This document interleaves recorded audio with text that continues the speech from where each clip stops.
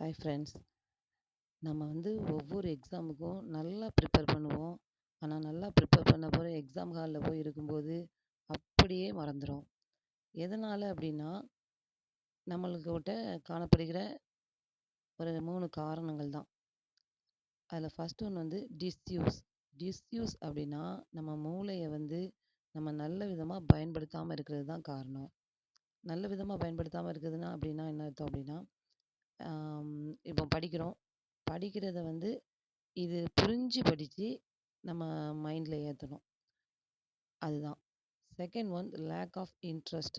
Lakh of இன்ட்ரெஸ்ட்னா, நம்மளுக்கு நெறைய சப்ஜெக்ட் இருக்கு. ஒவ்வொரு சப்ஜெக்ட்லயும் ஒ ஒவ்வொரு பாடம் தான் நம்மளுக்கு பிடிக்கும். அந்த சப்ஜெக்ட் பிடிக்கல அப்படின்னா, நம்மளால நல்லா படிக்கவே முடியாது. அப்போ நம்மகிட்ட என்ன இல்ல, ஒரு ஆர்வம் இல்ல. அத படிக்கணும் அப்படிங்கிற ஆர்வம் இல்ல. அதனாலயும் அந்த மறதி ஏற்படுது. 3வது டிஸ்ட்ராக்ஷன். இப்போ உள்ள காலத்துல சொல்லவே தேவையில்ல. எல்லாமே மொபைல் ஃபோன் தான். மொபைல் ஃபோனு, டிவி பார்க்குறத கூட சில்ட்ரன்ஸ் குறைச்சிட்டாங்க. மேக்ஸிமம் மொபைல் ஃபோன் தான். அந்த மொபைல் ஃபோன்ல வாட்ஸ்அப்ல என்ன நடக்குது, யூடியூப்ல என்ன நடக்குது, இன்ஸ்டால என்ன இருக்குது, இப்படியே உங்களுக்கு டிஸ்ட்ராக்ஷன் வரதுனால, அதில கவனம் போறதுனால, உங்க சப்ஜெக்ட்ல உங்களுக்கு கவனம் வராம இருக்கிறது தான் காரணம். 3வது. இப்போ மறதிக்கான காரணங்கள் என்னலாம் சொல்லியிருக்கோம்? Disuse, lack of interest, distraction. பயன்படுத்தாமை, ஆர்வமின்மை, கவனச்சிதறல். அடுத்து இந்த மறதி ஏற்படாம இருக்கிறதுக்கு நம்ம என்னலாம் செய்யலாம்?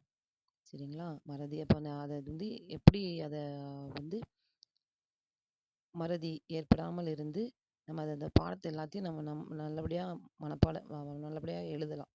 ஆ எக்ஸாம் ஹால்ல போய் எழுதலாம். அதுக்கு ஃபர்ஸ்ட் ஒண்ணு மொத்தம் 6 ரூல்ஸ் ஃபாலோ பண்ணணும். அது R6R அப்படின்னு அத சொல்லுவாங்க. First one reading. Second one remembering. Third one recapsulation. Fourth one regeneration. Fifth one rectification. Sixth one revision. Reading. எங்க நீங்க உங்க புக்க தான் வாசிக்கணும்னு இல்ல. உங்க கையில எந்த பேப்பர் கிடைச்சாலும் அத வாசிச்சு, வாசிச்சு பார்க்கணும். அந்த கொஸ்டின் இப்போ ஒரு கொஸ்டின் புரியல அப்படின்னா, திருப்பி, திருப்பி வாசிக்கிறதுனால உங்களுக்கு அது உங்களோட பிரெயின்ல ஏறும். Second one remembering. இப்போ இன்னைக்கு காலைல இத வாசிச்சோம்ல அப்படின்னு சொல்லி என்ன பண்ணணும்? நினைவு கூரணும். இன்னைக்கு இந்த இந்த இடத்துல இந்த பாயிண்ட் வாசிச்சோம். இந்த வேர்டு என்ன இதுக்கு என்ன அர்த்தம்? ஆ இந்த இந்த அர்த்தத்த பார்த்தோம் அப்படிங்கிறத நினைவு கூரணும். அதாவது ரீகேப்சுலேஷன். திரும்ப திரும்ப பண்ணணும். அந்த ரீடிங்கையும், அந்த இத ரிமெம்பர் பண்றதையும் திரும்ப திரும்ப பண்ணிக்கிட்டே இருக்கணும்.